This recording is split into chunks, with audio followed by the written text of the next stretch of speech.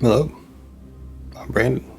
So, in my last Vampire the Masquerade video, while I was rushing through a combat that I had already done and had to re-record and then did it differently in order to entertain myself, you probably noticed that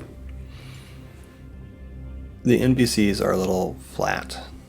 They don't have a lot of detail to them, and it's hard to randomly generate them, which shouldn't be a problem with a lot of vampire players because they're going to have a bookshelf full of books with NPCs they could use. Or if they're like using a city like Chicago, they can just be like, I got everybody. Or they like to generate characters and they'll generate more. However, they're like me, I always want to create things as I play. So I started work on a NPC storyteller character persona generation chart that was a little bit more detailed, and before I knew it, I made a whole life path system for Vampire the Masquerade.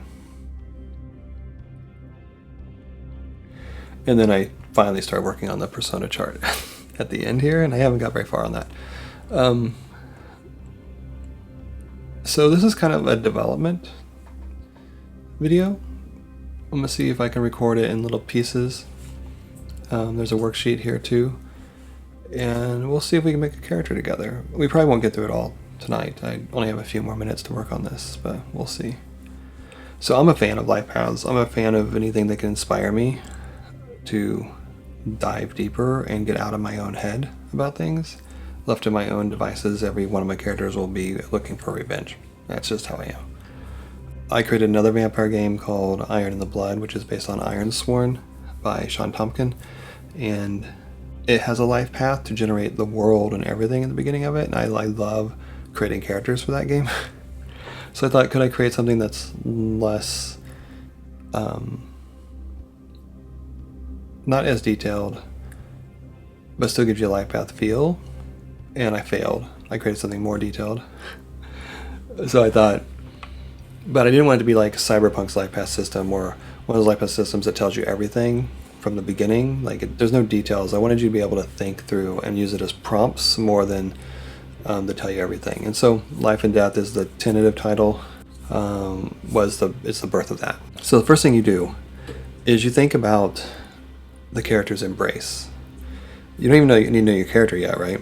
Because the embrace sets the tone for your character, it sets the tone for your game, it sets the tone for how people are going to view you. If your character is forced into vampirism, that's completely different than if your character loved it. If your sire was forced to turn you because of debt they owed to somebody else, then your character is going to be treated completely different than if they were in love. And so the embrace, when you start with it, you really want to just have these kind of general terms. What's going on, that type of thing. So the first thing we're going to do is use this dice roller that I use for all my games to roll on the reason for the embrace. And we'll roll 1d10 and get a 5, and so that's guilt. And so whoever embraced me did it because of guilt. And then 9. Guilt from business. Interesting. I've actually never rolled that before. Let's do guilt from business. Okay, that's cool. Guilt from business. And then let's roll it again for emotions during the embrace. 1, this is mine. Trust. Trusted them. And they trusted me. Wow, this is very not tragic. I say that sarcasm because I actually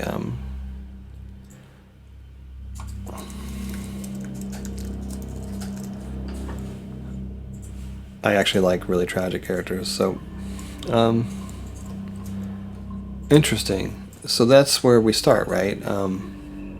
They embraced the character because of guilt over a business or surrounding a business. So it wasn't a passion to guilt. It wasn't like, oh, I frenzied and I felt guilty and I made you. And we trust each other. It's almost like we knew each other, and they they were hiding their vampirism from me for so long that they decided to embrace me finally.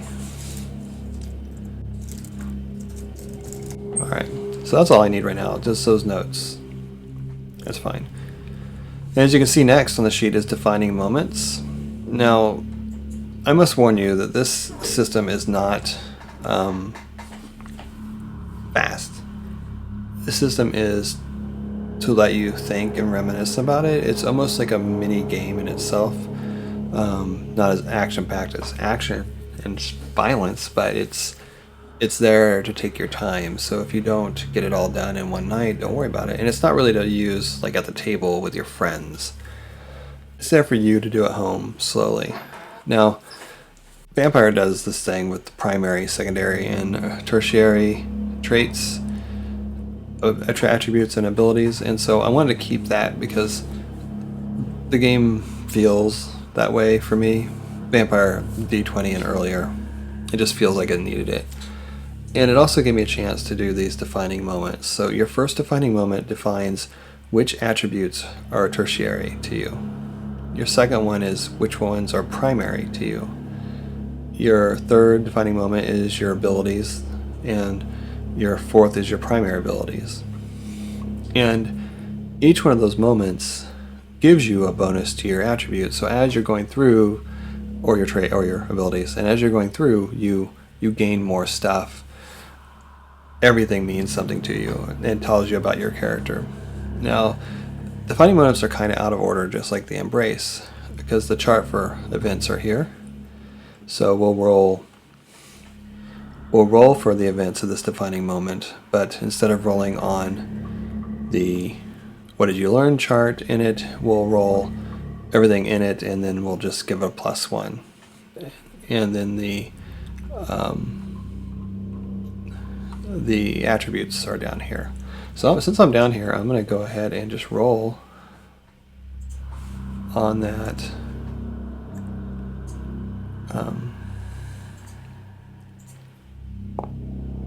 chart.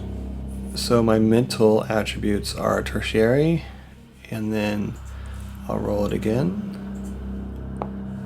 and I get a +1 in my wits. Okay, we can deal with that.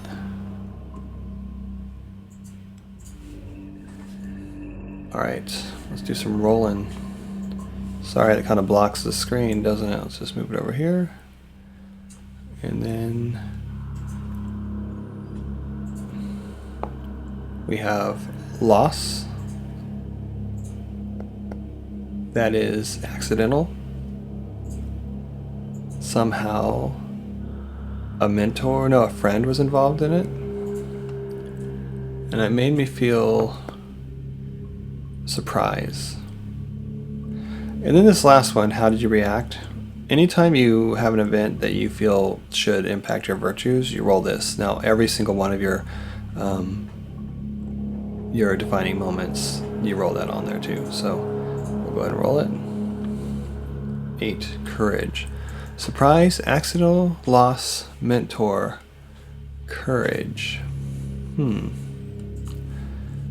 So what happened?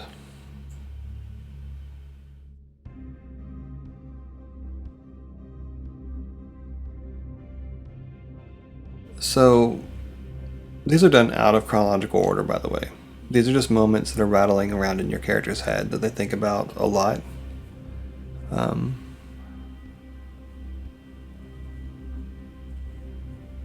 But they don't have to be big moments.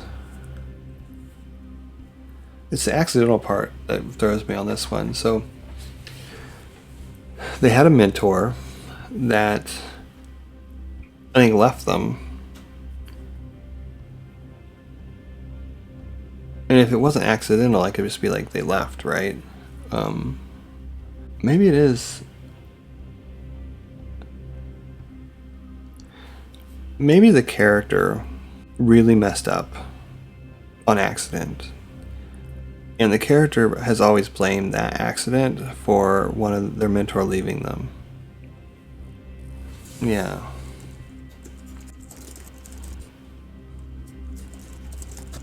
And it really set the stage for this character to really never push themselves mentally at all beyond what they had. So it's not really that they just can't understand, they just never really pushed themselves there, all because this mentor left. And again, defining moments, they should be detailed enough that you can start getting a sense of your character, but you can come back and you should come back and like name them and all that stuff later on. We do the same thing for primary attributes. So we come back down here, pull up the roller. Now if I roll mentor, I'll just roll again. But I didn't. I'm physical primary with that 3. And I get dexterity. Alright, physical primary, and I get 3 in my... Oh, I can roll. I roll multiple times. I don't get 3 in dexterity. I roll 3 times on there. Unless I wanted 3 in dexterity, but... Dexterity, strength, and choice. I'll just go with the Holy Trinity. All 3 of them. So what did I learn? +1 strength, dex, stam. And then I am a physical person. And then let's go back over here and roll on the life charts.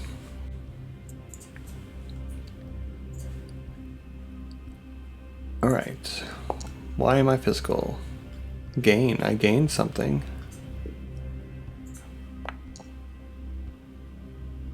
Based on my career. With family. And it caused me love. And courage. Interesting. What happened?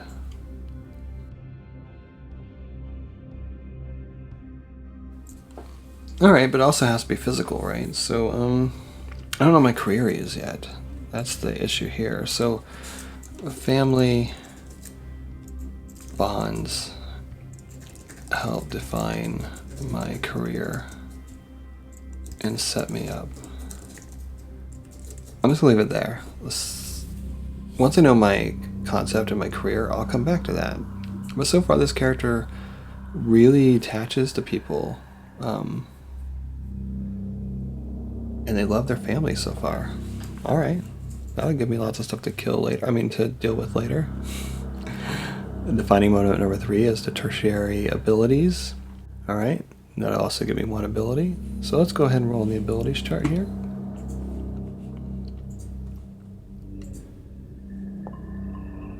Talents are interesting. They're very physical, but talents are the tertiary. And I get that +1 in alertness. That is interesting.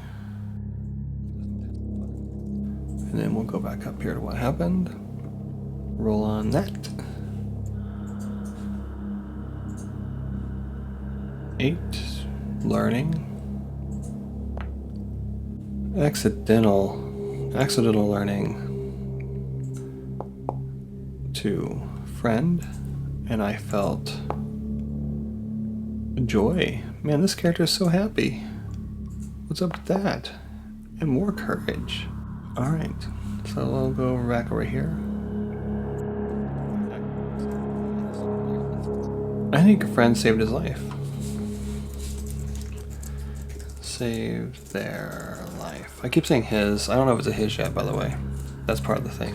1 more. We'll do 1 more and then we'll quit. 1 more and then we'll quit. The last one is my defining moment of my primary abilities. So let's go back down here and roll 1d10. And we get talents again. Can't have talents. 8. So we have a non-mental person who but have knowledges as their primary. That's interesting. It would be somebody who's like really smart with like a +3 knowledge, but really not perceptive. That might be fun, right?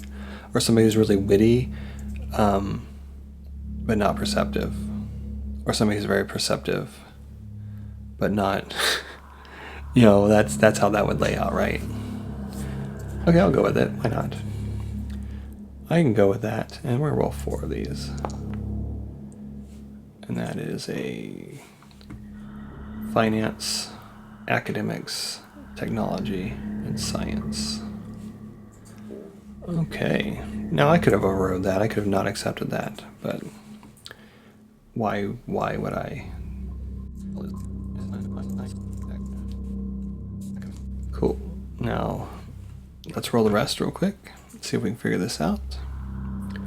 What happened? What happened to you?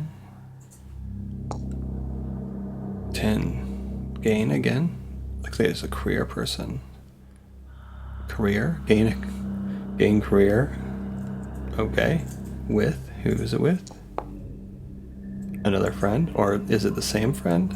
Could be the same friend. Anger, though. And how do I feel about it? More courage. That'll max out the courage. So, career, gain, friend, anger, courage.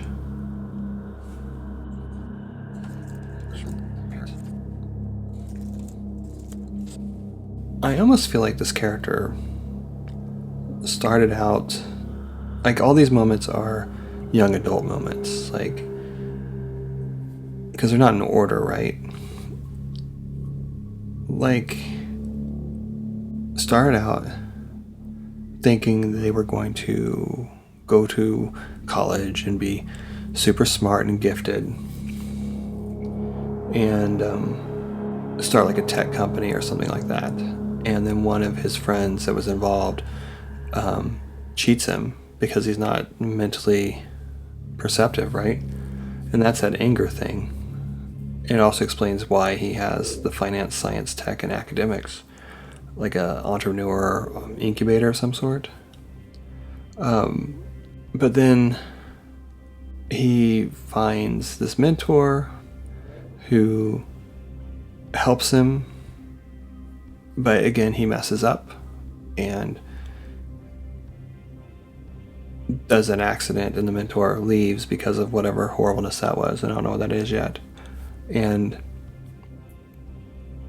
he is so low at that point that maybe his friend saving his life is metaphoric, maybe it's not metaphoric, maybe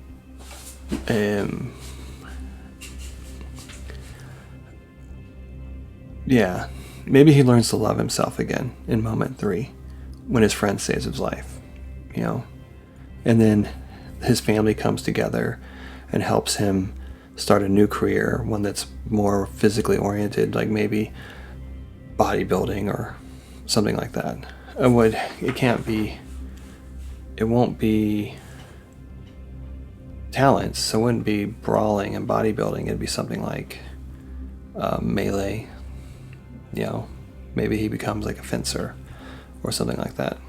I don't know, so those are the defining moments. So next time I get back to this, we'll move on with this character and we'll go through all the rest of the moments and we'll tie it back together, and you'll see the first draft of this life path system for Vampire that I'm working on. And maybe by then I'll have the persona stuff done, so that in my other game, in my Tourniquet based vampire game I'm recording, I'll have an alternate method for generating NPCs that are a little bit more dynamic. All right, thanks for listening.